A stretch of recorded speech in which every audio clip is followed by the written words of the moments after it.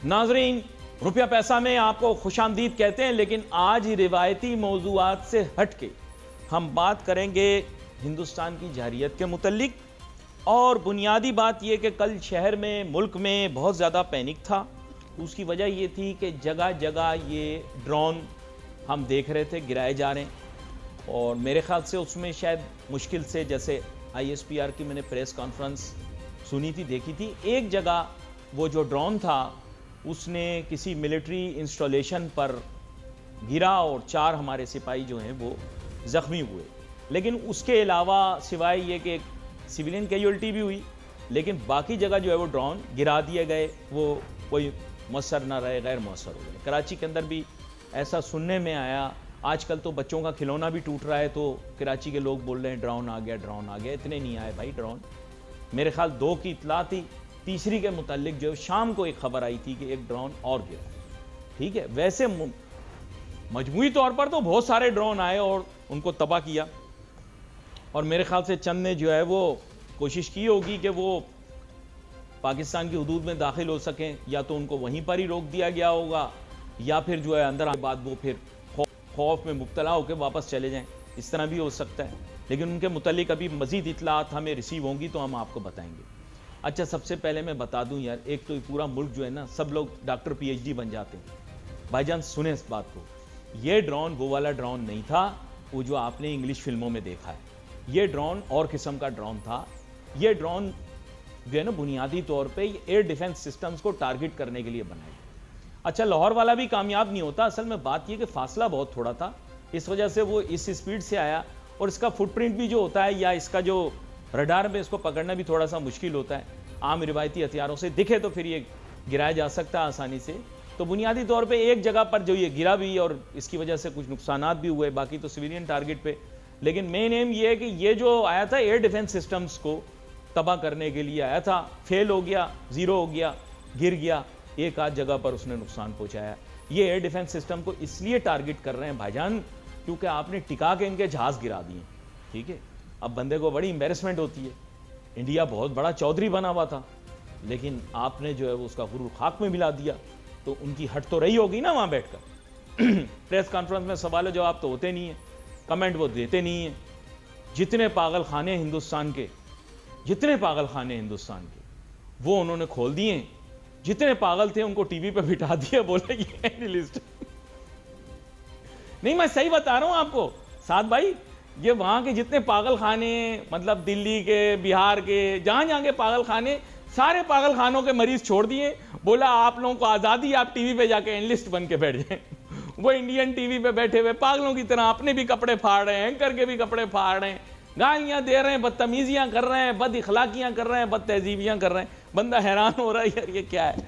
खैर, मेरे साथ बहुत ही अहम मेहमान शामिल गुफ्तगू हैं, जनाब सैयद उबैद शाह साहब, जो कि एक एनालिस्ट भी हैं, और काफ़ी देर से हम दोनों बेताब प्रोग्राम शुरू हम गुफ्तगू कर सकें। वेलकम करता हूँ आपको। Thank you. सैयद उबैद शाह साहब, आपको पता होगा कि अब एक तो मैं ऐसा महसूस करता हूँ कि वो सनसनी फैला रहे हैं, हमें इतनी सनसनी नहीं फैलानी चाहिए। दूसरी बात यह कि ये क्रिकेट मैच की तरह जंग होती है। क्रिकेट मैच भी जैसे जैसे फील्ड में लड़ा जाता है, खेला जाता है, इसी तरह जंग भी जो है वो सरहदों पे लड़ी जाती है। आवाम जो है वो हिंदुस्तानी आवाम की तरह मुश्तइल ना हो, और हमारे मीडिया पर मेरे ख्याल से सेंस शुड प्रिवेल।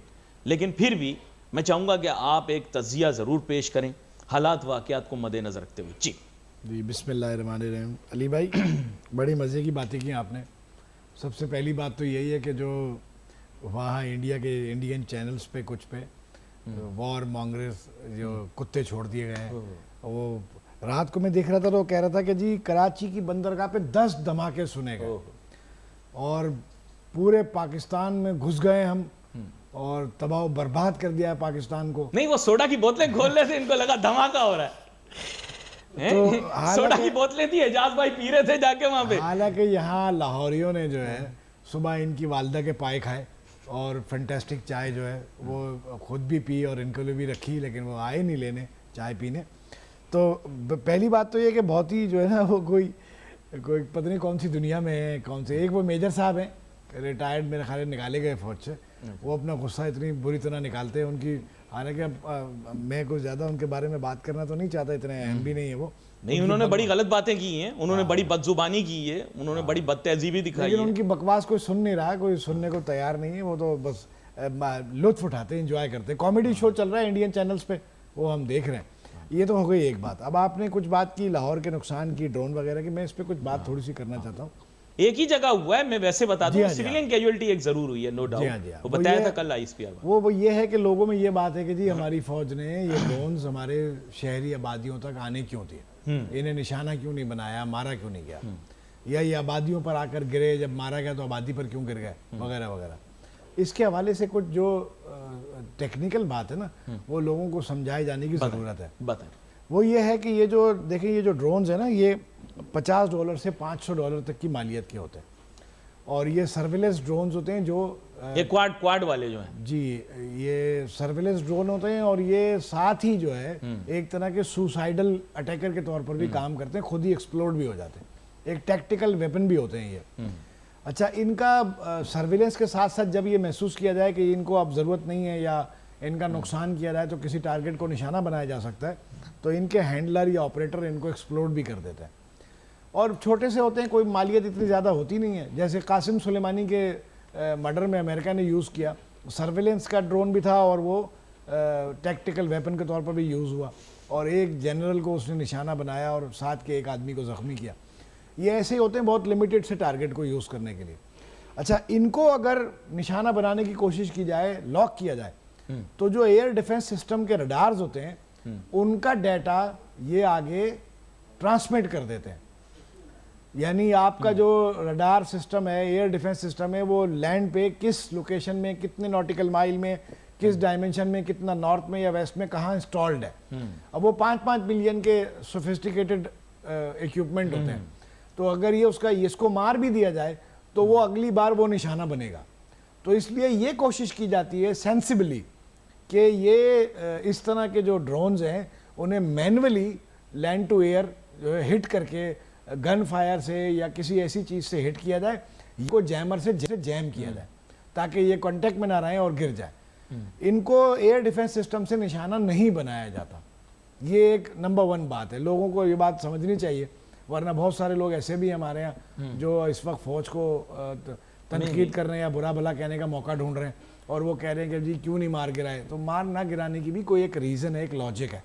पहली बात तो ये।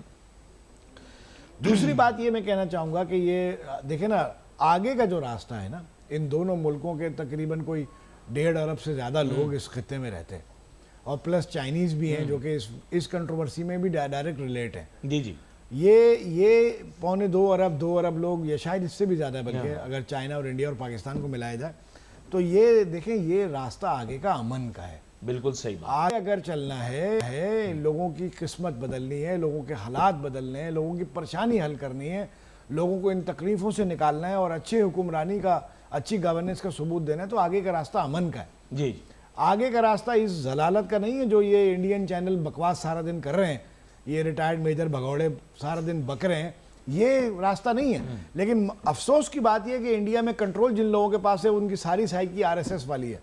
ख्वाह वो मोदी हो, नरेंद्र मोदी हो, राजनाथ हो, शंकर मेनन हो, अजीत दोवाल को देखें आप, ये लोग वो हैं जो एक हिंदुत्वा पॉलिटिकल साइकी को लेकर चले हैं हमेशा, और इनकी ये ख्वाहिश है कि इनको पाकिस्तान से एक नफ़रत है, पाकिस्तान के वजूद से ही इनको तकलीफ़ है। ये अपने दिल में, अपने जहन में ये बात पैदा करने के लिए तैयार नहीं है, डाइजेस्ट करने के लिए तैयार नहीं है कि दुनिया में बकाए बाहमी जो है, इसी का फार्मूला कामयाब है। आप इंडिया खुद जो है तकसीम होने जा रहा है, इंडिया खुद तकसीम होने जा रहा है। इंडिया के कम से कम 7 टुकड़े हो सकते हैं। एक छोटी सी ब्रेक लेते हैं, एक छोटी सी ब्रेक लेते हैं, ब्रेक के बाद वापस आते हैं, अपनी गुफ्तगू जारी रखेंगे। Let's take a short break.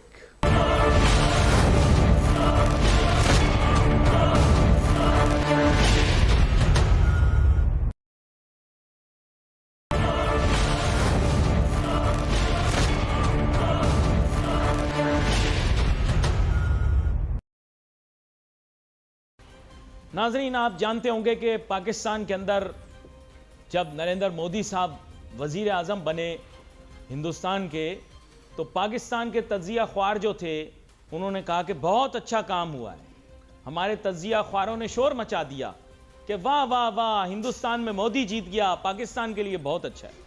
मैंने कहा जिस शख्स का नजरिया ही गलत हो, जिस बंदे का माजी भी गलत हो, जिसने माजी में ऐसी चीजें की हों, गुजरात में जब वो वजीर आला था उसने जो कुछ किया, उसके बाद उसकी जीत पर पाकिस्तान के अंदर सो कॉल्ड हमारे जो जीनियस और इंटेलेक्चुअल थे उन्होंने कहना शुरू किए बहुत अच्छा, ओहो वेरी गुड, वाह वाह वाह। क्योंकि देखें ना, असल में बात यह कि इंसान की शक्ल कमजोर हो मेरी तरह तो कोई मसला नहीं, कवर हो जाती है, लेकिन बंदे की अकल कमजोर हो ना थोड़ी तो वो कवर नहीं होती, ठीक है। लेकिन आप तो शक्ल देख के शादी करने वाले लोग हैं, आप लोग तो ये भी नहीं चेक करते हो भाई के लड़की की जो है वो मिजाज ठीक है, तबीयत ठीक है, आप तो बस शक्ल देखते हैं और कहते हैं हम इससे शादी कर लेंगे। इसी तरह तजिया ख्वार जो थे खूबसूरत खूबसूरत, उन तजिया ख्वारों की आप बातों में आ गए, खवातीन भी थी उसमें, जाहिर बात है, और खवातीन आपको दिख जाए तो आप पागल हो जाते हैं। तो मैंने उस टाइम टीवी पर कहा कि नरेंद्र मोदी वजीर आजम बना है, यह बड़ा नुकसान होगा पाकिस्तान को, लेकिन आपके सियासतदानों तक ने डिस्को डांस किया और कहा कि जनाब नरेंद्र मोदी आ गया, अब कश्मीर का मसला हल हो जाएगा, आप ये भी याद कराऊं। और मैंने कहा कि सियासतदानों को कि भाईजान आपको कुछ नहीं पता, आप लोग जो खराब करोगे माहौल को। लोग यहां से जहाज ले लेके दिल्ली गए मिलने के लिए मोदी से, मांग मांग के जहाजों पे गए लोग कि हम जाकर मिलेंगे मोदी से, उससे ताल्लुकात बढ़ाएंगे। मैंने बोला ये गलती ना करना, लेकिन आप लोगों को पता कुछ नहीं, क्या करें यार, आप लोग एलईडी के दौर में ट्यूबलाइट हो। अब मेरी बात सच साबित हो गई, छोटा सा एंकर हूं मैं, इतना सा, ये इतना, लेकिन बात मेरी सही थी। अभिनंदन की दफा आपको याद होगा, यहां हर आदमी बोल रहा है यार जाने दो, बच्चा है, जाने दो, बच्चा है। मैं कह रहा था भाई अभिनंदन को वापस नहीं करना, नो, इसको वापस किया ये दोबारा करेंगे। ये एक बंदा गलती करे ना, खुद ही आप लोग ही यार ये बार बार मिसाल देते हैं कि एक मोमिन जो है वो 2 दफा नहीं डसा जाता, तो आप क्यों अपने आप को फंसा रहे हो। लेकिन आप लोगों ने ऐसा किया, मुझे पता था आप टेंशन दे के वापस करते, कभी नहीं आपको वो तंग करते दोबारा, लेकिन आपने नहीं मानी। यार 2 टके का एंकर ही हूं ना, सही बात भी करूं तो 2 टके का एंकर हूं इसलिए, लेकिन भुगतावा क्या होगा, इंसान की कदर नहीं देखी जाती, इंसान की बात की कदर देखी जाती है। खैर एनीवे, जाने दें इस बात को। सैयद उबैद शाह साहब मेरे साथ मौजूद हैं, मेरे ख्याल से मेरी बात से इत्तेफाक नहीं करते होंगे, शायद ये भी इख्तिलाफ करें, लेकिन कोई बात नहीं है, मैं बुरा नहीं मानता, मेरी बात इस पूरी कौम ने नहीं सुनी, आप भी अगर नहीं मानेंगे तो बात नहीं। जी जी उबैद शाह साहब माजरत। बात ये है अली भाई, आपने कहा छोटे से एंकर है, छोटे से नहीं है, साइज आपका बड़ा है माशाल्लाह।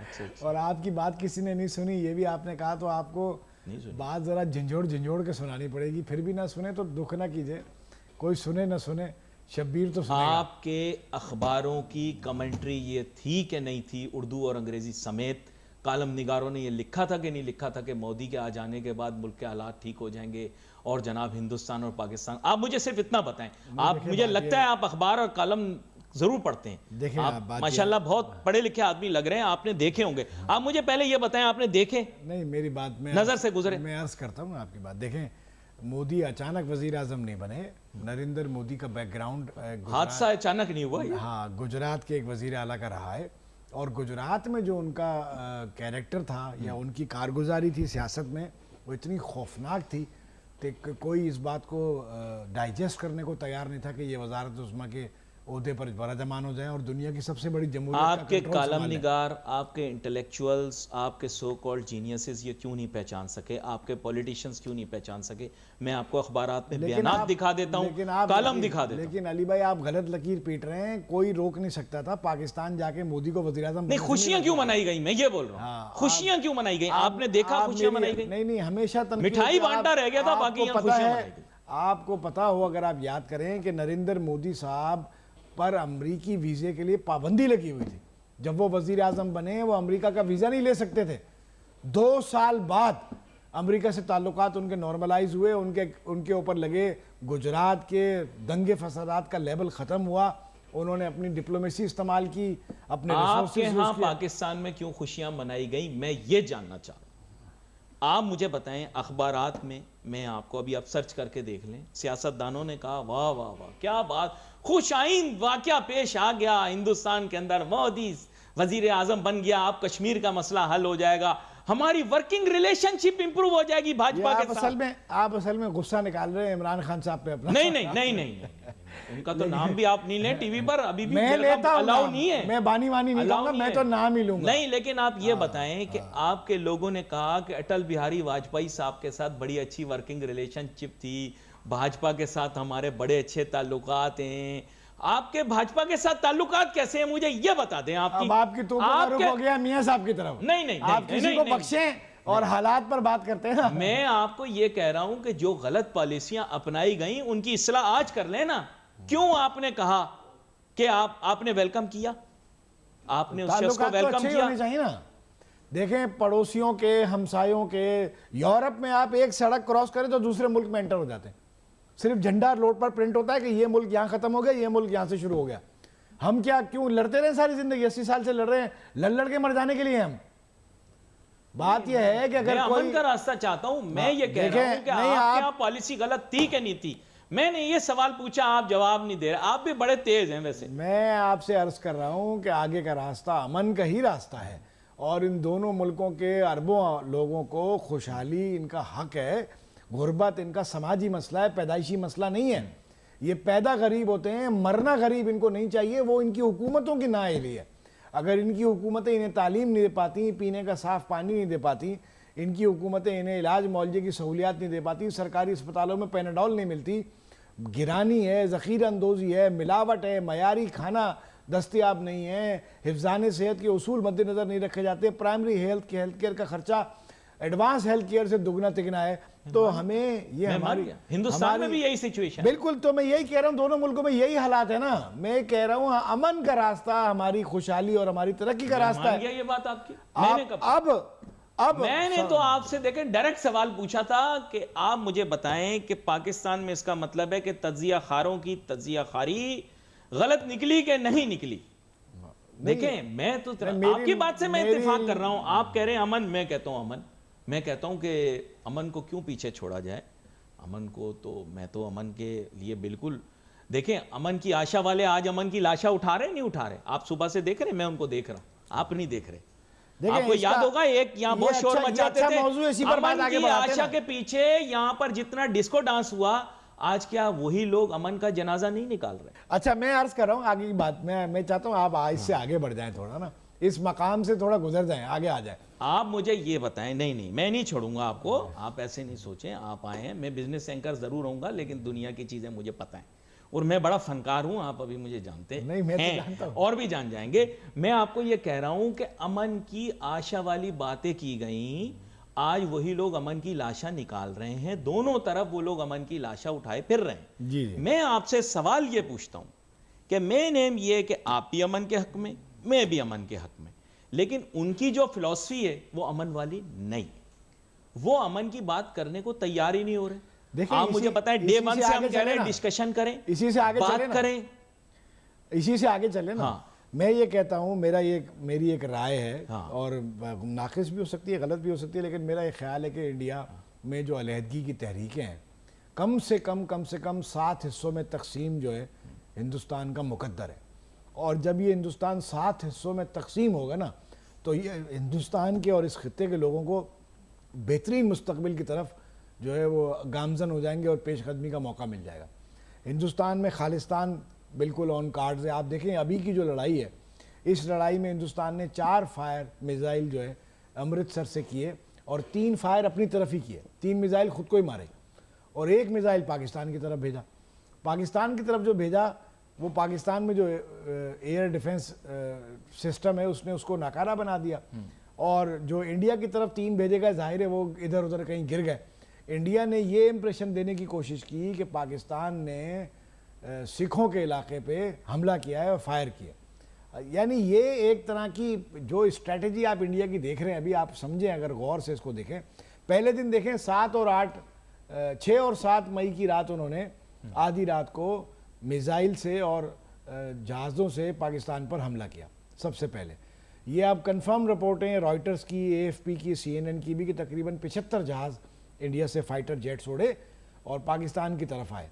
पाकिस्तान ने उनको बड़ी कामयाबी से निशाना बनाया और उसमें से पाकिस्तान ने दावा किया कि हमने 5 जहाज़ उनके मार गिराए। 30 जहाज़ पाकिस्तान के उस वक्त फ़िज़ाओं में थे।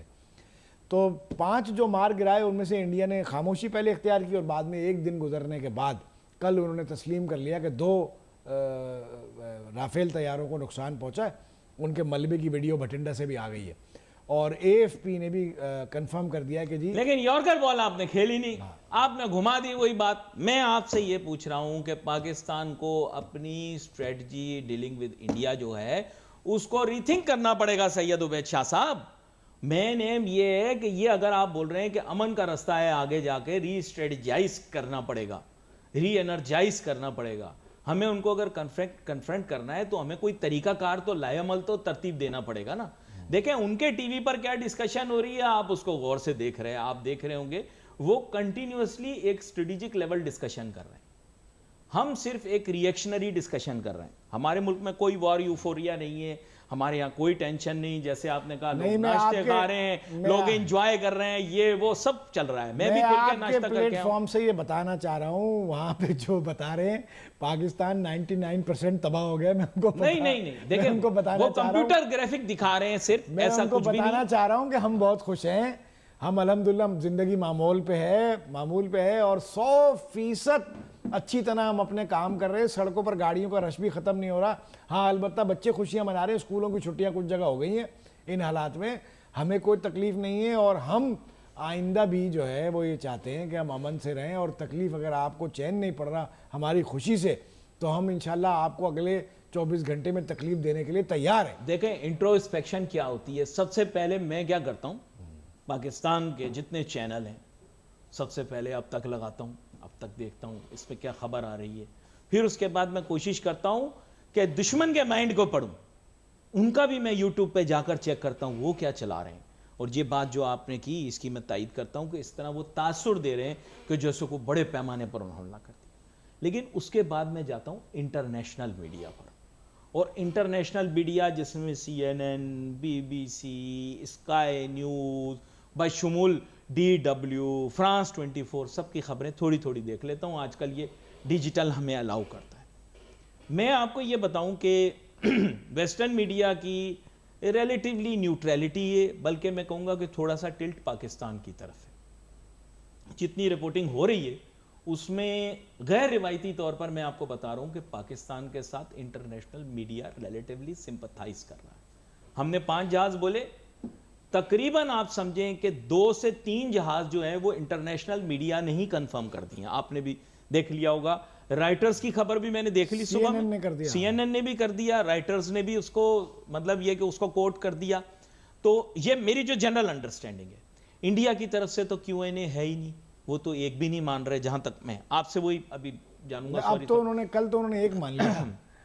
अब पता नहीं वो भी मानते हैं, कभी 3 मानते हैं फिर मना कर देते हैं। भटिंडा से जो LH वर्टिकल टेल जहाज की आई ना जिसमें MH88 इंजन है, वो उन्होंने मान लिया कि वो राफेल है। उस दुम की बोली लगा दें। पाकिस्तान में म्यूजियम में लगाएंगे हम। ये वहां की जो दुम है जहाज, अच्छी बात की आपने, ये अच्छी जो दुम है जहाज का वो यहाँ भेज दिया जाए। देखें ये बताऊं मैं आपको लाना चाह रहा था अब तक की सूरत हाल में पाकिस्तान की अचीवमेंट की तरफ। वो जो बकवास कर रहे हैं पाकिस्तान में आग लग गई, मर गया, बर्बाद हो गया, हम गौ माता के पाए नाश्ते में खा के आए नहीं, लेकिन मैं आपको लाना चाह रहा था यहाँ तक। आप उबैद शाह साहब, जो माँ अच्छी वो होती है जो अपने बच्चे को गलत काम करने से रोके। अच्छा, जो माँ चोरी करने पर इनाम देना वो सगी नहीं होती, लेकिन फिर वो सौतीली होती है। लेकिन वो वाला बाप जो फिर वो नहीं, बुरा ना मानना, फिर ऐसा तासुर हिंद का हो सकता है, मोमिन का नहीं। बुरा ना मानना, ऐसा तासुर जो गलत काम करने पर शाबाशी दे या दूसरे की गलती पर वाह वाह करे, फिर उसका हिंद वाला हो सकता है। लेकिन दिल से वो फिर मोमिन नहीं हो सकता। अच्छा आगे चलते सैयद उबैद शाह साहब, आपने तमसील कर दी। ये सब बातें टीवी पे चल रही हैं। हम माशाल्लाह पूरी कौम मुहिब वतन है। आज 9 मई का दिन है और मैं सलाम पेश करता हूं कि हुकूमत पाकिस्तान और पाक फौज ने इस दिन की मुनासबत से जो है ना वो कोई वो नहीं किया, बल्कि मुल्क को मुत्तहिद किया। इसकी वजह से मैं माथा चूमना चाहता हूं हमारी हुकूमत का। ये बड़ा अच्छा अमल हुआ है, क्योंकि बहुत सारे लोगों ने मुल्क में इंतशार पैदा किया और आज के दिन भी कोशिश की कि जनाब इस चीज़ को हाईलाइट किया जाए। लेकिन अल्लाह का करम है कि हुकूमत पाकिस्तान और पाक फौज ने इस दिन का एहतराम इस हिसाब से किया है कि जो है वो आज आप देखें कि हम दुश्मन को इसका जवाब दे रहे हैं। हमारे दुश्मन बैरूनी हैं, हम सब मुहिब वतन पाकिस्तानी हैं। अल्लाह ना करे कोई भी पाकिस्तान के अंदर ऐसा शख्स नहीं है। ये जो बात आपने की, जज्बाती बात की, मैं समझ पा रहा हूँ आपके माइंडसेट को, लेकिन मैं आपको वैसे बताना चाह रहा हूँ, अल्लाह का करम है, मेरे वालिद साहब वॉर हीरो थे, मेरे दादा माशाल्लाह वो भी पाक फौज में थे। अल्लाह का करम है, मेरे वालिद साहब ने 2 जंगें लड़ी माशाल्लाह। अभी उनका अल्लाह के करम से काफ़ी कसीरुल उम्र थे वो, उनका इंतकाल हुआ। अल्लाह का करम है कि उनको फौज का एजाज़ ही उनको जो है वो, जब वो कब्रिस्तान के अंदर उनको ले जाया गया तो उनको सलूट दिया गया उनकी यूनिट्स की तरफ से। और माशाल्लाह तमाम जो पाक अफवाज की ख़ास तरीन शख्सियात हैं उन सब ने गुलदस्ता भी भेजा, फूल का वो भी भेजा जो पहनाते हैं। और ये एक बात आपने की, मैं इसका बड़ा सख्त ऑफेंस लेता हूँ। अल्लाह ना करे 13 लांसर्स मेरे पूरे ख़ानदान की जो है वो भर्ती वहाँ पर हुई। अल्लाह का करम है, मेरे दादा ने पाकिस्तान की आज़ादी पर यह कहा कि मैं कायदे जूते पॉलिश करूँ, मेरे लिए ये शर्फ की बात है। और अल्लाह का करम है कि वो पाकिस्तान आए, पाक फ़ौज में भर्ती हुए और यहाँ पर उन्होंने फ़राइज़ अंजाम दिए। गोरा बहादुर की फ़ौज में थे, फिर वहाँ से पाकिस्तान की फ़ौज में आए, यहाँ पर खिदमत की। मेरा पूरा ख़ानदान इस वक्त फ़ौज में, अल्लाह का करम है, सब मेहनत और काविश के साथ काम कर रहे हैं और हम लोग सब मुहिब वतन पाकिस्तानी हैं। इस बात का मैं सख्त नोटिस लेता हूं जो सैयद उबैद शाह साहब ने ये इशारा किया। अल्लाह ना करे मैं इस तरह की तमसील या इस तरह का इशारा आपने किया, अल्लाह ना करे। अभी हाजिर सर्विस मेरे रिश्तेदार मौजूद हैं, मैं पाक फौज को सलाम पेश करता हूं, पाक फौज के सारे अफसरान को सलाम पेश करता हूं, पाकिस्तान के सारे सिपाहियों को सलाम पेश करता हूं। यहां पर एक छोटी सी ब्रेक लेते हैं, ब्रेक के बाद वापस आते गुफ्तगू जारी रखेंगे। Let's take a short break.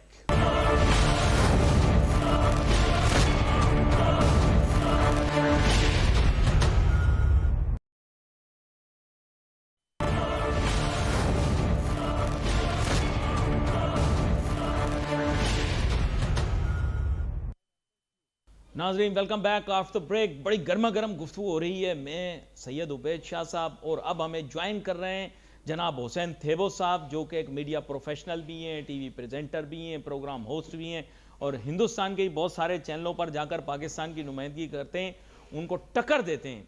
Welcome करता हूँ आपको हुसैन थेबो साहब। बहुत शुक्रिया जनाब, आपका बहुत शुक्रिया। हुसैन थेबो साहब, अब बात कुछ ऐसी है कि सैयद उबैद शाह साहब में भी बात कर रहे थे तो हम यही थे कि आगे जाकर तो अमन की बात करनी पड़ेगी। और फिलहाल जो है वो जाहिर बात है, हिंदुस्तान जो है वो एक वॉर मॉन्गरिंग की वजह से एक यूफोरिया क्रिएट कर रहा है। लेकिन हुसैन थेबो साहब, एक मैं मीडिया एंगल आपसे डिस्कस करना चाहूँगा। हम ब्रेक के दौरान भी बात कर रहे थे, मैं ये देख रहा हूँ कि आपने भी शायद ये नोटिस किया हो कि जितना भी इंसान बाइखलाक हो के उनके साथ अमन की बात करे या मुतवाजिन बात करे, they are unwilling to recognize any reason and any logic। सही कह रहा हूँ गलत कह रहा हूँ? आप तो उनके मीडिया पे गए भी हैं जी। देखिए जी, बात ये ना कि ये जो नरेंद्र मोदी ने ये जो गोदी अपना मीडिया बनाया हुआ है, उन्होंने अपने एक नैरेटिव बिल्ड किए हुए हैं। खास तौर पे अगर आप देखें तो इन्होंने ये सारी मीडिया को पहले यूज किया कांग्रेस के लिए, फिर इन्होंने सारी मीडिया को यूज किया वहाँ पे जो दिल्लत रहते हैं, मुसलमान रहते हैं, सिख रहते हैं। अभी आप कैन यू इमेजिन, अभी सुबह वहाँ की एक क्रेडिबल जर्नलिस्ट है हमारी, यहाँ इस्लामाबाद में भी आती रहती हैं, बरखा दत्त, उन्होंने सुबह ट्वीट की कि पाकिस्तान के अंदर लोग इतने डर गए हैं कि 5,71,000 और इतने लोग सऊदी अरब भाग रहे हैं। अब उन पागलों को कोई बताए कि ये रूटीन मैटर है, वो लोग हज पे जा रहे हैं। मतलब इतना सेंस इन लोगों के पास नहीं है। और आप दुनिया देख रही है इसको, बीबीसी जो रिपोर्ट कर रही है इसको, जो CNN रिपोर्ट कर रहा है, आप देखिए वो। और बाय द वे याद रखें, बरखा दत्त साहिबा थोड़ी सी मतलब नॉर्मल तस्वर की जाएंगी उनके मीडिया में, नहीं मतलब उनके यहाँ थोड़ी सी सेंसिबल तस्लीम की जाती है। अभी मैंने थोड़ी देर पहले आपके प्रोग्राम के बाद मैंने एक ट्वीट किया है, जो कांग्रेस की तर्जमान ने नरेंद्र मोदी की अगेंस्ट चार्जशीट दी है। उन्होंने कहा है कि ये जी नरेंद्र मोदी साहब ने जब 27 फरवरी 2019 को पाकिस्तान के हाथों हमें बुरी तरह से शिकस्त हुई, तो इन्होंने 3 मार्च 2019 को बिहार में खड़े होके कहा कि देखें ये जो शिकस्त हुई है इसकी वजह यह है कांग्रेस है, क्योंकि कांग्रेस ने हमें राफेल खरीदने नहीं दिए और दैट्स वाई कि हमने वो जंग हार दी। उसने सवाल किया है कि अब तो आपके पास राफेल भी है, और वो राफेल जो 5th जनरेशन वारफेयर की टेक्नोलॉजी है, जिसको दुनिया तस्लीम करती है कि ये कैसे अभी तक वर्ल्ड इन सरप्राइज, उसकी जो मैन्युफैक्चरिंग कंपनी है फ्रांस की, उन्होंने हिंदुस्तान को चार्जशीट किया है कि भाई साहब आपने ये क्या कर दिया, ये हमारे इतनी बड़ी टेक्नोलॉजी, उनके मार्केट के शेयर गिर गए, उस टेक्नोलॉजी का बेड़ा गर्क कर दिया। लेकिन मैं इसमें पूरा क्रेडिट दूंगा हमारे पाक अफवाज को, हमारे आर्मी चीफ की लीडरशिप को, और खास तौर पे इसको जो गिराने में हमारे एयरफोर्स के जवानों ने, हमारे एडवांटेज क्या है हिंदू के पास, हिंदू हमारे भाई हैं, सब हमारे दोस्त हैं, लेकिन उसके पास लड़ने के लिए कोई भी मटेरियल नहीं होता। फॉर एग्जांपल हमारे यहाँ तो जब हम मुल्क के लिए जान देते हैं तो हमारे लिए जन्नत होती है, हम शहीद होते हैं, तो हमारे पास डबल एडवांटेज होता है। अच्छा, लेकिन हुसैन देवो साहब यहाँ पर एक चीज को आप रिकॉग्नाइज करें, मैं उबैद शाह साहब के साथ भी बात कर रहा था, ये भी थोड़ा उस बात का बुरा मान गए, गलत उसकी अंडरस्टैंडिंग ले ली है, हमारे भाई बड़ी मजे की इन्होंने वैसे गुफ्तगू की। लेकिन मैं आपसे एक चीज पूछता हूं, देखो आपने एक स्ट्रेटेजिक एरर किया पाकिस्तान में। मोदी जब जीत कर आया, वजीर आजम बना, मैंने कहा इस शख्स का नजरिया भी गलत है, इसकी पार्टी की सोच भी गलत है, इसकी फिक्र भी गलत है। पाकिस्तान में हम लोगों ने वेलकम किया इसको, अखबारात के अंदर कालम निगारों ने अप्रिशिएट किया कि जी अब मुल्क अमन की तरफ जाएगा, लोगों ने यह तक कह दिया कश्मीर का मसला हल हो जाएगा, भाजपा के साथ पाकिस्तान के बड़े अच्छे ताल्लुकात हैं। देखो, these are errors that should not have been made by the intellectuals of Pakistan, और फिर आपने उसको एक बड़ा स्टेटस दे दिया आपने। मैं और माजी में जाना नहीं चाहता, पर पॉलिटिकल तो मैं किसी को टारगेट नहीं करता, लेकिन ये गलतियां हैं, हमें इसको तस्लीम करना पड़ेगा कि हमने इसको मिसअंडरस्टैंड किया, इस शख्स को भी और इसकी पार्टी को भी और उसकी सोच को। देखें, मैं आपके आर्गुमेंट्स का ऑनर करता हूं, इज्जत करता हूं, लेकिन मैं विद ड्यू अपॉलॉजी मैं डिसएग्रीमेंट करके मैं अपने लॉजिकल आर्गुमेंट्स डेवलप। देखें, ये जो नरेंद्र मोदी है, ये नरेंद्र मोदी आरएसएस का गुंडा है, ठीक सर। आरएसएस 1925 में बनी, आरएसएस की आइडियोलॉजी ये है कि नाजीज्म लाना है, जंगी जुनून पैदा करना है, ये हिंदुत्व की आइडियोलॉजी लेके आए, ये हिंदू देश बनाने की आइडियोलॉजी लेके आए। देखिए, ये वो नरेंद्र मोदी है जो गुजरात का कसाब है, गुजरात का कसाई है, जिसने जेनोसाइड किया वहां मुसलमानों का। पूरी दुनिया ने इस नरेंद्र मोदी को ब्लॉक किया, बैन किया टेररिस्ट एक्टिविटीज की वजह से। लेकिन इशू क्या है? इशू ये है कि हम तो आज भी गुड गेस्टर दे रहे हैं ना। ये पाकिस्तान का मौकफ तो आज भी ये है, इन स्पाइट ऑफ दैट के लोग कह रहे हैं कि सालिसी पैदा। मैं तो सुबह भी एक टीवी चैनल पे कह रहा था कि भाई सालिसी किस चीज की?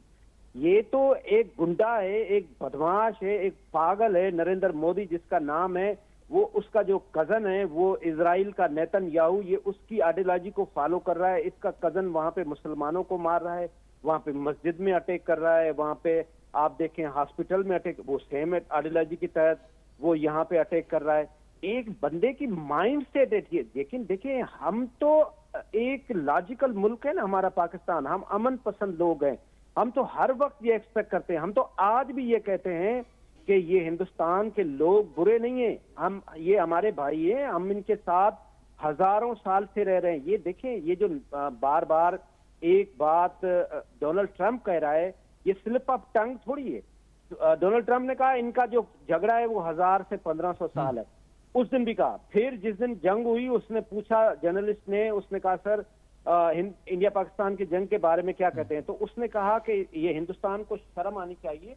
लेकिन अगली बात उसने क्या कही? उसने कही कि ये 100 सालों से, 1000 सालों से इनकी जंग है। बेसिकली ये जो हिंदू आइडियोलॉजी है, ये जो नरेंद्र मोदी है, ये जो आरएसएस के गुंडे हैं, इन्होंने जो लॉबिंग फर्म्स हायर किए हुए हैं हिंदुस्तान में, वो ये कहते हैं वहां पे कि ये जो मुसलमान हैं, इन्होंने 800 साल हमारे ऊपर हुक्मरानी की है, हम तो इनके कब्जे में रहे हैं, लिहाजा हमें इनसे आजादी दिलाएं। ये जो 25 करोड़ मुसलमान आज भी उनके ऊपर हिंदुस्तान में हावी हैं। आप देखें तो इनके सदर जिसने ये एटम बम दिया वो मुसलमान, इनके जो आप देखें मीडिया इंडस्ट्री के सारे टाइकून इनके मुसलमान, शो बिजनेस इंडस्ट्री के टाइकून इनके मुसलमान, ये डरे हुए हैं, ये खौफ में है। ये नरेंद्र मोदी अपने लोगों को डरा रहा है। एक चीज एक और आप नोटिस करें, अच्छा, यहाँ पे कल से जी हिंदुस्तान मीडिया ये बता रही है कि जो सिखों का इलाका है वहां पे पाकिस्तान ने अटैक किया, वो दुनिया को उसकी रिपोर्ट भेज रहे हैं। भाई साहब, हम सिखों के ऊपर क्यों हमला करेंगे? सिख तो पाकिस्तान का झंडा लगा रहे हैं, वो तो पाकिस्तान की फेवर में आ रहे हैं। ये प्रोपेगेंडा मशीन है, ये नरेंद्र मोदी की आइडियोलॉजी है कि इस तरह से डरा के रखें, खौफ में रखें।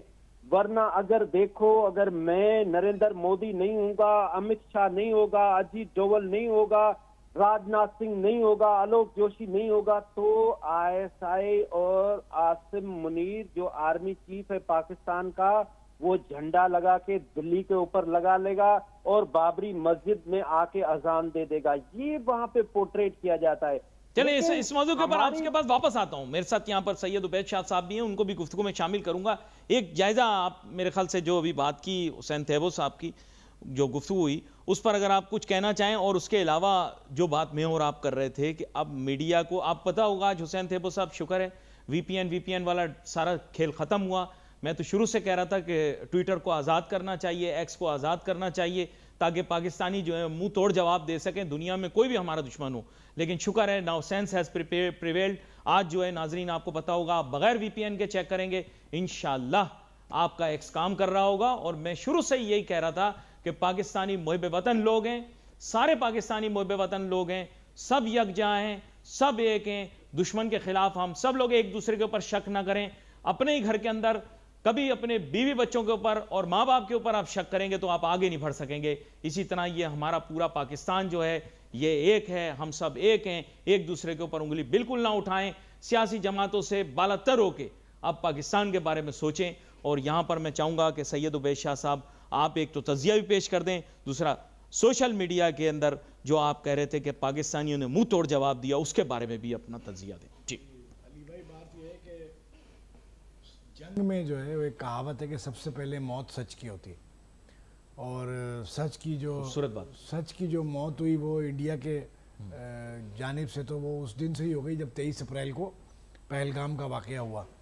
हालांकि सेंसिबली अगर कोई ज़िम्मेदार हुकूमत होती, जैसे हुसैन तैयब भाई ने भी कहा कि ये जो टीम है, अजीत डोवाल और मोदी साहब की बाकी लोग, राजनाथ सिंह वगैरह, ये अगर सेंसिबल होते, 1% भी अपने मुल्क के लोगों से इन्हें हमदर्दी होती और उनके हालात बदलने में दिलचस्पी होती, तो ये मामले को किसी एक फेयर इंडिपेंडेंट इन्वेस्टिगेशन की तरफ ले जाते और पाकिस्तान को भी दावत देते कि भाई आप आ जाएं, ज्वाइन करें, और आप देखें कि यहाँ कौन जिम्मेदार ठहराया जा रहा है, अकाउंटेबल हो रहा है। बहरहाल The first casualty of war is truth। बड़ी अहम इन्होंने बात की है, इसीलिए आपका कलमा गो एंकर ला इलाहा इल्लल्लाह मुहम्मद रसूलुल्लाह, इर्रिस्पेक्टिव के जैसे भी हालातों सच बोलना है। जंग की कैफियत के अंदर मोहम्मद सल्लल्लाहु अलैहि वसल्लम, हमने आप दुरूद शरीफ भी पढ़ लें एक दफ़ा। यहाँ पर छोटी सी ब्रेक लेंगे, ब्रेक के बाद वापस हाजिर होते हैं, अपनी गुफ्तगू को जारी रखेंगे।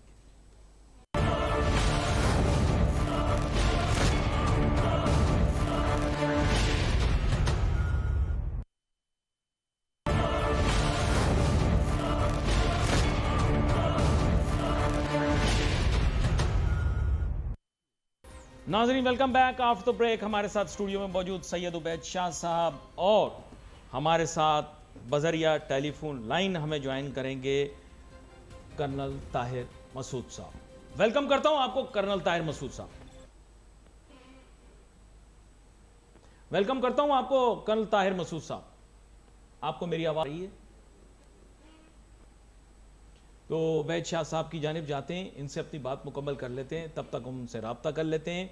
तो मैं चाहूँगा उबैद शाह साहब, आपने सोशल मीडिया की बात शुरू करनी थी, मगर आगाज़ तो आपने कर दिया, मैं चाहूँगा उसके बारे में आप हमें ज़रूर बताएं। जी अली भाई, बात ये मैं ये कहना चाह रहा था कि देखें, जंगें जो है वो बज़ाहिर तो फ़ौजी लड़ते हैं, अफवाज लड़ती है, लेकिन जीतती और हारती जो है ना जंगें, वो पूरी कौमें हैं। या तो कौम सुरखरू होती है, फतह याब होती है, या कौम शिकस्त खाती है और मफतू हो जाती है और माले गनीमत बन जाती है। तो हम अगर देखें, ये ऐसा जब लड़ाई किसी बैरूनी दुश्मन से हो, खारजी हमला आवर से हो, तो उस वक्त अंदरूनी इख्तलाफात तो बिल्कुल ख़त्म कर देने चाहिए, बालाए ताक रख देने चाहिए। शिकवे शिकायतें ये करने का मौका, वो शादियों पे फुप्पियाँ जैसे खोल के बैठ जाती है ना, वो वाला माहौल नहीं होना चाहिए। हमें अपनी अफवाज की पूरी पुष्टपनाही करनी है इस वक्त, हमारा हदफ हमारी सुरखरुई और फतहयाबी है। हमें दुश्मन पर बरतरी हासिल करनी है, उसे पैगाम देना है, उसे सबक देना है कि वो कभी आगे हमारी आइंदा आने वाली नस्लों को भी मैली आंख से न देखे। बड़ा अहम नुकता ही है। यहाँ पर कर्नल ताहिर मसूद साहब भी हमें ज्वाइन कर रहे हैं। वेलकम करता हूँ कर्नल ताहिर मसूद साहब आपको। थैंक यू सो मच जी, बहुत शुक्रिया।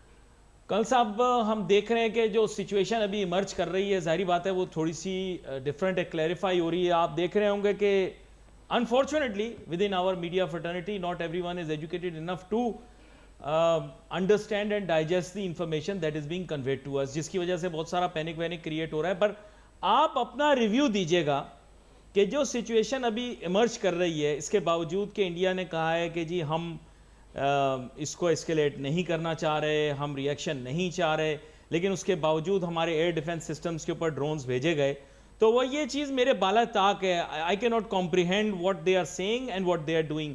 Why is this conflict occurring here? जी देखिए, इंडिया का तो शुरू से ही यही वतीरा रहा है, उसमें तो किसी किस्म का कोई शक नहीं है कि वो कभी भी सीधी बात नहीं करते, सच नहीं बोलते, और वो अपनी तरफ से जो मीडिया के अंदर उस तरह का है कि उसके हिसाब से तो तकरीबन वो आधा पाकिस्तान पता भी कर चुके हैं कि एक पायलट पकड़ लिया, पता नहीं वो गायब है, उसका नाम भी हमें पता नहीं है, उसकी शक्ल भी नहीं पता, हमें तस्वीर भी नहीं दिखा सकते, और पता नहीं क्या क्या हमने कौन कौन सी सिटी पे अटैक कर दिया, क्या कर दिया। तो आप उनकी इन बातों पे ना जाएं। तो इसलिए जो है कभी वो सीधी बात नहीं करेंगे। उनका अब बस नहीं चल रहा। मेरा तो जो अपना पर्सनल ओपिनियन या एनालिसिस है कि वो फर्स्ट अटैक में ही आपको काफी ज्यादा नुकसान पहुंचा देते हैं। जो अपना उनका एम था कि एक झूठा और फॉल्स फ्लैग जो ऑपरेशन है उसकी आड़ लेकर, और अपनी तरफ से उन्होंने बड़ी एक इंटरनेशनल सपोर्ट भी गैदर करने की कोशिश की, जो कि वो खातरखा कामयाब नहीं हुए उसमें। बट वो उस चक्करों में आके उनका इरादा ये था कि जी शुरू में ही एक ऐसा इनको एक झटका दे दो कि अपने लोगों के सामने सुरखरू हो जाए और पाकिस्तान किसी किस्म का रिटेलिएट करने के काबिल ना रहे। अभी सूरत हाल इस वक्त ये है कि जो वो शुरू वाले अटैक हुए, ये 8 या 9 जो मिसाइल आया, और उसके बाद ये फिर ड्रोन वाला जो डिबैकल हुआ है, बाकी लाइन ऑफ कंट्रोल पे तो रूटीन में भी चलता रहता है, तो इसलिए इसको हम इतना ज्यादा सीरियसली लेते नहीं है। तो उसके अलावा अभी तक, और वो पानी वाला तो शुरू में इन्होंने बहुत पहले कर दिया था, तो उसके अलावा कोई ऐसी चीज है नहीं। लेकिन पाकिस्तान ने अभी तक अपने सारे कार्ड्स जो है ना अपने सीने के साथ लगा के रखे हुए हैं कि जिस चीज का अब उन्हें खौफ भी और फ्रस्ट्रेशन भी है, उस फ्रस्ट्रेशन में आके इस तरह की खबरें फैलाना और इस तरह की भड़के मारना और ये सारा कुछ करना जो है वो मेन रीजन उसकी वो है। प्लस वो जो इतना बड़ा झटका लगा है राफेल वाला उनको, कि जिसके ऊपर वो बैंक कर रहे थे और उसको एक बहुत ही बड़ी चीज पोर्ट्रे किया उन्होंने अपने लोगों के सामने खुद ही, मे भी अपने को पर्सनल इंटरेस्ट की वजह से, कमीशन की वजह, जिस वजह से भी किया, तो वो एक मिथ ऐसा टूटा कि उसमें फ्रांस भी और राफेल कंपनी भी और सब जो है उनके लिए भी मुसीबत एक बन गई। तो ये सारी चीजें मिला जुला के तो यू अंडरस्टैंड कि जी फिर एक जब बंदा फ्रस्ट्रेट हो जाता है तो वो फिर कोई रेशनल और सही तरह की वो डिसीजन नहीं ले पाता और सही तरह एक्ट नहीं कर पाता। तो अभी इस वक्त यही सिचुएशन चल रही है कि एक तो उनको खतरा है कि पता नहीं क्या इधर से जवाब आएगा, और दूसरा जो है जो वो करना चाह रहे हैं उसमें कामयाब नहीं हो रहे। अच्छा, लेकिन मैं फ्रॉम ए स्ट्रेटेजिक पर्सपेक्टिव आपसे एक चीज़ जानना चाहता हूँ। अब we want to move towards peace. मेरे यहाँ पर गेस्ट सैयद उबैद शाह साहब भी यही कह रहे थे, आगे जाके we will have to talk peace. लेकिन राइट नाउ इतनी ज़्यादा वॉर मॉन्गरिंग हो रही है इंडिया की साइड पे, इतना ज़्यादा थर्स्ट और हंगर है फॉर मोर एस्केलेशन, कि मुझे समझ में नहीं आ रहा कि एक तरफ उनका नेशनल कम्प्लेक्शन जो है वो इस वक्त रेडी नहीं है पीस के लिए, लेकिन हम ज़रूर चाह रहे हैं कि पीस हो। तो ये किस तरह से जब बोथ पार्टीज के दरमियान पीस होगा from a independent stand point, आप बताएं।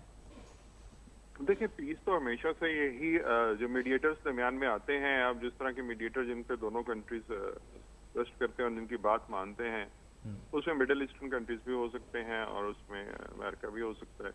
तो यही है एक, वो तो आना ही आना है अल्टीमेटली उन्होंने दरमियान में।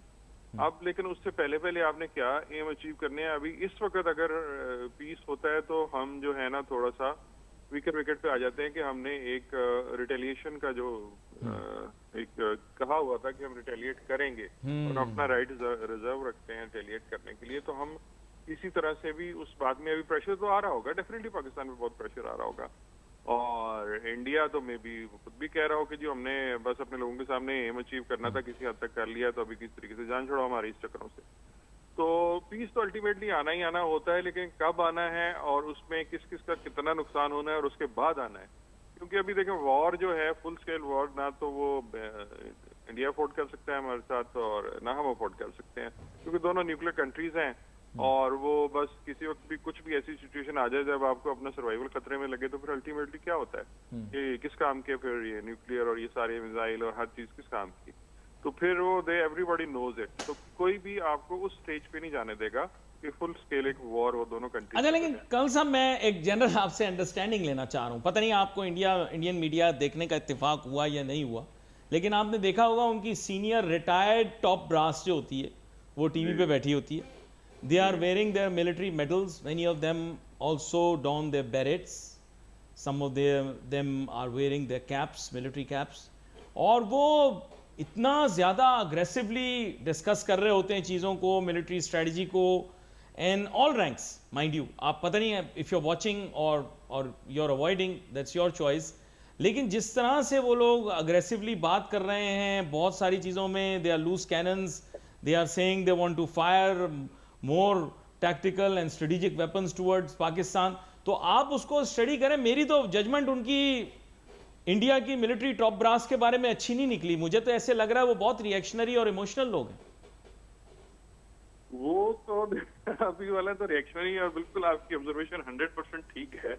आपने जनरल बख्शी को पता नहीं शुरू से कभी फॉलो किया कि नहीं किया, तो वो एक हद तक पागलों की हद तक जो है ना कि टीवी पे बैठ के चीखना और ये करना और धाड़ना, हम ये कर देंगे वो कर देंगे, मतलब कोई सेन और रैशनल आदमी तो इस तरह की हरकतें कर नहीं सकता। अब उनके अंदर वहां पे जाहिर है काफी बड़ी आर्मी है और इस तरह रिटायर्ड लोग भी बहुत सारे होंगे, तो मीडिया के अंदर मेरा ख्याल उनका सर्वाइवल ही इसमें है। वो कितना ज्यादा ऊंची आवाज में बोलते हैं, किस तरह पागलों वाली हरकतें करते हैं और इरेशनल इस तरह की धमकियां देते हैं, यही उनका सर्वाइवल है। इसी में वो मीडिया के अंदर आते हैं, इसीलिए उनको लिफ्ट कराई जाती है। तो उनकी आई थिंक मजबूरी है, कोई और ऐसा उनका कोई ऐसा नेशनल एम नहीं है उनके रिटायर्ड फौजियों का। तो उसमें है एक दो बड़े अच्छे सेन वॉइसेस हैं जो बड़ा एनालिसिस करते हैं प्रॉपर तरीके से। परवीन के नाम से हैं, वो बड़ा उनकी स्ट्रेटेजिक जो वो करते हैं इंग्लिश में, तो बड़े तरीके से करते हैं। लेकिन ये जो है ना मैक्सिमम उनके इसी तरह ही है जिस तरह आपने बताया कि वो चीखो पुकार और इस तरह की स्टूपिड हरकतें करना। तो ये जो है ये इसकी मेन रीजन यही है कि वो अपने आप को बस फेमस करने के लिए, लोगों की नजरों में अच्छा बनने के लिए और मीडिया में रहने के लिए ये इस तरह की हरकतें करते हैं। अच्छा भाई, इट्स पार्ट, अब मैंने ये स्टडी किया कि it's part of the training of almost all army officers कि भाई वो स्टाफ भी करेगा, कमांड भी करेगा और जाहिर बात है इंस्ट्रक्शन भी करेगा। तो all military officers go through this kind of training.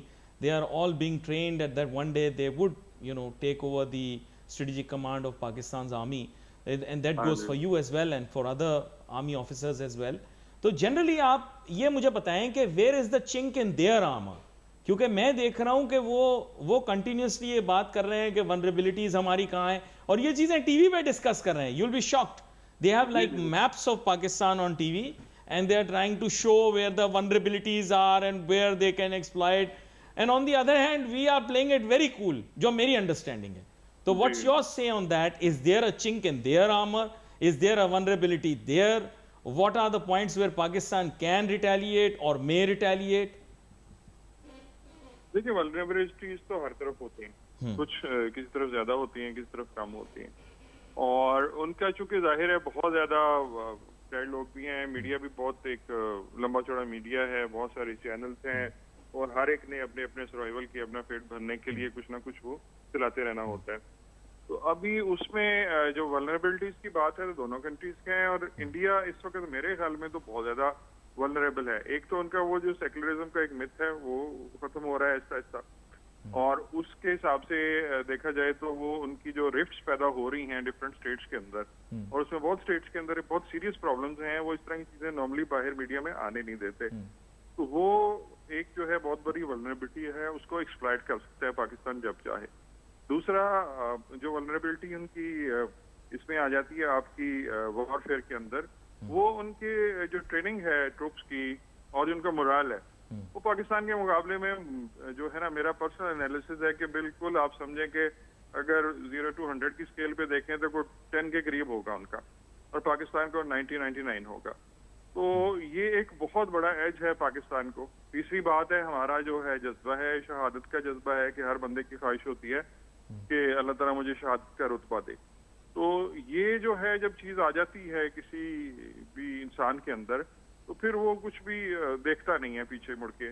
ये बड़ा अहम नुक्ता है जो आपने पेश किया। मैं आपकी तरफ वापस आता हूं। यहाँ पर सैयद उबैद शाह साहब भी मेरे साथ मौजूद हैं। सैयद उबैद शाह साहब, आपने कर्नल ताहिर मसूद साहब की गुफ्तगू सुनी, उन्होंने बड़े अहम नुकात के ऊपर हमें जो है वो रोशनी डाली। आपने भी देखा होगा हिंदुस्तान, मेरे ख्याल से हिंदुस्तान जो बैटल जीतना चाह रहा है ना, वो ये टीवी मीडिया पर ही जीतना चाह रहा है। They don't want to win it on frontiers. और मैं ये देख रहा हूँ कि वो फ्रंटियर्स की तरफ देख ही नहीं रहे। वो जैसे क्रिकेट मैच से पहले जैसे हम भी कभी कभार शोर मचाते हैं, I think we should not duplicate what they are doing, we should do something else. और अगर ये बात ये, तो अब हमें पोस्ट सिनारियो देखना चाहिए। आप मुझे ये बताएं कि 1 वीक ऑनवर्ड आप पोस्ट सिनारियो कैसा देखते हैं, फ्यूचर प्रेडिक्शन? पहले मैं एक तबसरा मामूली सा हाँ, सा करना चाहूँगा ना। जनरल बख्शी का नाम लिया और मेजर आरब गौरिया का नाम लिया। कर्नल साहब ने भी, वो पाकिस्तान में तो सब लोग उनको जानते हैं और वो कॉमेडी शोज करते हैं, लोग एंटरटेन होने के लिए उनके प्रोग्राम देखते हैं, उनकी बात सुनते हैं। मेजर ये जो जनरल बख्शी हैं, ये जितना चीखते हैं, मेरा ख्याल है अपने घर में इससे आधा चीखते तो उनकी बीवी बच्चे घर से मार के निकाल दें इनको। और मेजर गौरव जो है, इनको घर में सालन दूसरी बार बीवी देने को तैयार नहीं होती है। पूरा पाकिस्तान का प्लान सारा ये बता रहे होते हैं, सब ये बता रहे होते हैं कि ये जी ऐसे करके यूं हो जाएगा तो पाकिस्तान को, यूं हो जाएगा तो पाकिस्तान ख़त्म हो जाएगा। ये फजूल कॉमेडी शोज है सारे। अच्छा, अभी मैं, आपने पूछा कि एक हफ्ते बाद का सिनेरियो, मैं ये कहता हूँ, देखें अभी इंडियन गवर्नमेंट, मोदी साहब की जो गवर्नमेंट है, इस पर एक बहुत सीरियस क्राइसिस आया और एलिगेशन लगा कि कनाडा की गवर्नमेंट से इनका एक बड़ा तनाज़ा शुरू हो गया कि इन्होंने खालिस्तान के एक अहम सरगर्म रहनुमा को कनाडा की टेरिटरी पे एसिसिनेट करवाया। और ये जो था, और कनाडा की गवर्नमेंट ने बड़ी क्रेडिबली ये कहा कि हमारे पास पूरे सबूत मौजूद हैं ये बिलीव करने के लिए कि इसमें मोदी सरकार इन्वॉल्व है। उन्होंने कनाडा के खिलाफ प्रोपेगेंडा शुरू कर दिया, उनका कनाडा से बड़ा तनाज़ा हो गया। तो ऐसे ये ट्रैक रिकॉर्ड मोदी साहब का ये साबित करता है कि वो इंडिया को दुनिया में तनहा भी कर रहे हैं और इंडिया को खुद बहुत ही सुसाइडल तरीके से नुकसान भी पहुंचा रहे हैं। खालिस्तान जो है वो तकदीर है हिंदुस्तान की और वो बनकर रहेगा। और मैं, हमारी एक आम पाकिस्तानी के तौर पर नेक तमन्नाएं तमाम सिख भाइयों के साथ हैं कि उन्हें एक आज़ाद वतन नसीब हो। और इंडिया जो है, अगर यही एटीट्यूड मोदी साहब का और इनकी टीम का, अजीत दोवाल वगैरह का, ये कंटिन्यू रहा तो ये जीत जो है ज़्यादा दूर भी नहीं है, बहुत करीब, इट इज़ ऑन कार्ड्स। अगर हम अभी मुस्तकबिल करीब में मामलात नॉर्मलाइज हो जाएंगे और हम मामूल पर आ जाएंगे, लेकिन ये जो बीज वहाँ बोए गए हैं जो अब तनावर दरख्त बनने के करीब हैं इंडिया में, इंडिया की तकसीम के और अलहदगी पसंद तंजीमों के, ये अपना फ्रूट जो है वो जल्द अगले चंद सालों में देंगे। मैं नहीं समझता हूँ कि इंडिया इसी एटीट्यूड के साथ जीता रहा और मोदी साहब की लीडरशिप में ऐसे ही चलता रहा तो ये मुस्तहकम रह पाएगा, मुत्तहिद रह पाएगा, कायम रह पाएगा। ये बड़ा अहम नुक्ता आपकी तरफ से आ गया। मैं कर्नल ताहिर मसूद साहब आपकी तरफ वापस आऊँगा। आई थिंक कि अगर इंडिया वॉर मॉन्गरिंग कर रहा है तो आई थिंक कि हमें उसके रिएक्शन के अंदर इस तरह नहीं करना चाहिए। हर जगह हम देख रहे हैं वॉर रूम्स बन गए और वो वॉर रिपोर्टिंग हो रही है, और जिस तरह वो भी ग्राफिक्स में जहाज़ गिरा रहे हैं, हम भी कोशिश कर रहे हैं हमसे ज़्यादा अच्छी ग्राफिक्स बनाएं। I think we should realize that the frontiers are being protected by the armed forces and this war needs to be won by them and not on television. And I think winning the hearts and minds of people is a completely different dimension. Nothing succeeds like success and we have already achieved it. तो आपके ख्याल से क्या हमारा क्या reaction होना चाहिए, और साथ ही साथ इसके जोड़ के ये भी बताएं कि अब पोस्ट सिनारियो आप क्या देख रहे हैं after 1 week? How do you see if we de-escalate, then what will happen? Will we back to peace times? देखिए, पहली बात आपकी थी कि कोई अगर इरेशनल आदमी आपको मिलता है, वो पागल है आगे से, तो उसके साथ पागल नहीं बना जा सकता। आप अपने रैशनैलिटी और अपना मीडिया के अंदर जितना भी मैक्सिमम आप जो है, ठीक है, प्रोपेगेंडा एक हर एक वॉर का एक हिस्सा होता है, वो एक सेपरेट चीज है, लेकिन उसके अलावा जो है एक आप रैशनल रखना और जो हकीकत से करीब तरीन जितना भी आप रह सके मीडिया के अंदर, इतना रह के आप अपनी रिपोर्टिंग अगर करते हैं तो दुनिया आपको सीरियस लेगी, आपके अपने लोग आपको सीरियस लेगी, इवन इंडिया के लोग भी, जनरल पब्लिक आपको सीरियस लेगी अपने मीडिया के ऊपर। तो काफी हद तक उनका जो है ना अभी एतबार उठता जा रहा है, क्योंकि वो इतने बड़े बड़े झूठ बोलना शुरू हो गए हैं, इतनी बड़ी बड़ी छोड़ना शुरू हो गए हैं, जिसको हम लैंग्वेज में कहते हैं कि वो अब उसके ऊपर ना लोग कोई ब्लाइंडली यकीन कर नहीं सकता अपने मीडिया के ऊपर। तो उनको वो फिर अपना रिसर्च करें, ये करें, वो करें, उसके बाद दोबारा से चेक करें, तो उसके बाद जाके कोई किसी खबर की तस्दीक हो जाए तो हो जाए। अदरवाइज तो मुझे नहीं लगता कि कोई अभी मीडिया का उनका कोई क्रेडिबिलिटी रही है। तो यही चीज अगर हम अपने मीडिया पे करेंगे तो जाहिर है हमारा मीडिया भी उसी हाल में हो जाएगा। अभी तो थोड़ा सा बहुत ये है कि हमारी क्रेडिबिलिटी उनसे कहीं ज्यादा बेहतर है। तो इस तरह की वॉर मॉन्गरिंग और इस तरह की चीजों को अपने ही लोगों में नफरत के बीज बोने से कभी भी किसी को फायदा होता नहीं है, उसका उल्टा ना नुकसान होता है, कभी उसका उल्टा नुकसान होता है। तो ये जो है ना हालात मेरे ख्याल में कि उनको हमने फॉलो नहीं करना चाहिए बुरी चीजों के अंदर, अगर कोई अच्छी चीज। और मेरे ख्याल से एक और चीज है, आपने भी नोटिस की होगी, मेरे ख्याल से ये यूफोरिया जो है ये हमें क्रिएट करने की जरूरत नहीं है। Secondly I think we are everyone becomes just like everyone starts commenting on cricket, everyone has started commenting on war. And मैं देख रहा हूं कि वो बच्चों का खिलौना भी टूट रहा है तो वो कह रहे हैं जनाब ड्रोन गिर गया, ये हो गया, वो हो गया। आई थिंक बहुत सारी चीजें हम अपने माइंड के अंदर ही कंसीव कर रहे हैं और फिर थोड़ी देर बाद we have to remove it. It's ये बेटर ये है कि we should have a very thick filter when reporting on incidents like this. I think maybe I am wrong. नहीं डेफिनेटली देखें, जो बिकता है ना उसी को सारे कैश कराने की कोशिश करते हैं।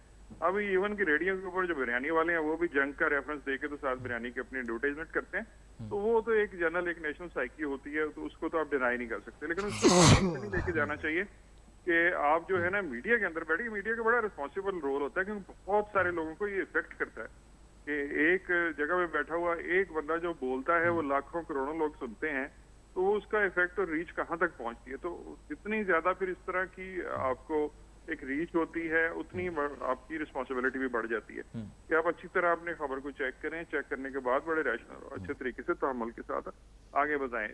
तो बाकी लोगों को पता ही है। अब किसी को अगर बार बार हम ये कह देंगे कि हम ये कर देंगे, हम वो कर देंगे, हम वो, इससे मोरल हाई होगा। जब तक आप प्रैक्टिकली कोई स्टेप्स नहीं लेते तब तक अभी कोई भी इन चीजों पे बिलीव नहीं करता। अभी ये सोशल मीडिया का दौर है, बच्चे के पास मोबाइल फोन है, एक्सेस है, उसको फेसबुक भी है और टिकटॉक भी है और ट्विटर भी है, हर चीज है, तो उसको पल पल की खबर मिल रही है हर एक को। तो वो इस तरह की सिर्फ मीडिया के अंदर बैठ के अपना ही नुकसान करने वाली बात है अगर मीडिया में इस तरह की वॉर मॉन्गरिंग और इस तरह की झूठी सीधी खबरें फैलाता है कोई। बड़ा अहम नुकता आपने बताया, और इसके साथ साथ एक और अहम नुकता भी ये कि इंट्रोस्पेक्शन जो है वो करना बार बार बहुत जरूरी है। When I talk to many senior officers they tell me that introspection is necessary. Even if you win the battle you should think how you could have done it even better. You should rectify what may have not been according to the circumstances, and on the other hand you should see how you could have had even better results. तो दोनों मेहमानों का बहुत शुक्रिया अदा करूंगा, show में हमारे साथ शामिल हुए और बड़ी मुफस्सिल हमारी गुफ्तगू हुई। यहाँ पर नाज़रीन wait for messages on Facebook. Ali Nasir हमारी टीम को जाती है, अल्लाह हाफिज। अभी सब्सक्राइब करें ताकि कोई खबर रह न जाए।